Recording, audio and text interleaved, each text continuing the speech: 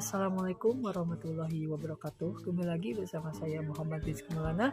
Di video kali ini saya akan berbagi cara tentang bisnis plan dan tutorial dan langkah-langkah praktis untuk bisnis plan. Bisnis plan ada sebuah dokumen yang membuat tujuan bisnis kamu, data proyek, dan rencana kamu untuk mencapainya. Format sebuah bisnis plan atau bentuk bisnis plan itu bisa beragam, bisa dalam bentuk dokumen tertulis seperti Microsoft Word, bisa dalam bentuk presentasi seperti PowerPoint, atau bahkan kamu bisa membuat animasi sederhana karena sekarang ini kamu sadar bahwa semua passion punya potensi jadi sumber income dan semua itu bisa jadi bisnis dengan teknologi yang tepat, dan untuk itu kamu perlu sebuah laptop atau sebuah PC yang mempunyai bertenaga Intel untuk mengembang bisnis kamu. Gak semua bisnis plan itu sama, gak semua struktur bisnis plan itu serupa, tapi buat saya ada 9 elemen yang saya sukai ada di sebuah bisnis plan. Yang pertama adalah executive summary, yang kedua company description, yang ketiga service and product, yang keempat ada market analysis, dan yang kelima ada competitor dan benchmark, dan keenam ada marketing plan atau strategi. Yang ketujuh organization dan manajemen. Yang kedelapan adalah finansial, dan 9 closing and contact. Nah, dalam video tutorial pertama ini saya akan membahas 4 elemen pertama sebuah business plan itu, dari executive summary sampai market analysis. Bagian pertama yaitu executive summary, pembukaan sebuah business plan yang memberikan gambaran umum, singkat, jelas, dan bisnismu. Untuk memulai bagian executive summary, kamu bisa pakai konsep. Yang pertama ada elevator pitch, yaitu 1 atau 2 paragraf yang tidak perlu dibaca lebih dari 60 detik. Dalam paragraf singkat itu kamu bisa menjelaskan atau perusahaan bisnismu, apa produk atau jasamu, apa manfaat untuk orang dan siapa, dan keunikan produkmu di pasaran. Ingat, ini jangan terlalu panjang. Jika terlalu panjang namanya bukan executive summary. Kalau orang sudah tertarik dari paragraf pertama atau kedua, ini baru mereka akan melanjutkan membaca executive summary kamu. Dan di situ kamu bisa menjelaskan lebih jauh dengan mengisi. Pertama adalah mission statement, isinya ada visi dan misi perubahan kamu.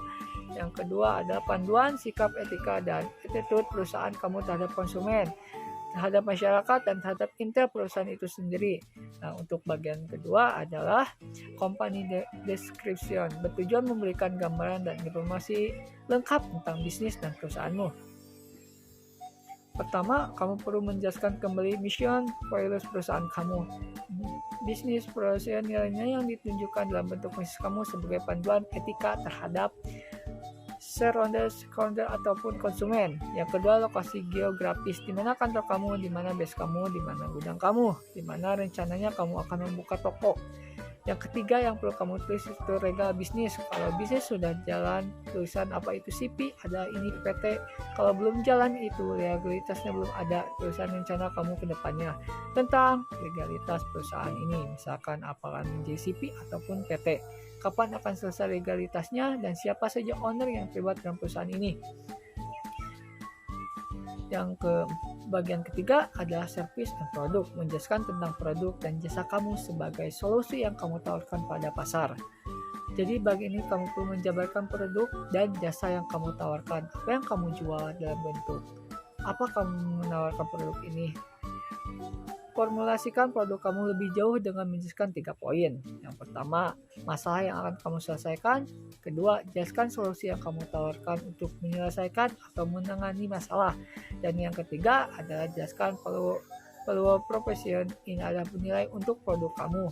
Nah, bagian terakhir yaitu bagian keempat adalah market analysis, memberikan penjabaran dan analisa target pasar, industri, kompetisi di pasar serupa, dan konsumen bisnismu.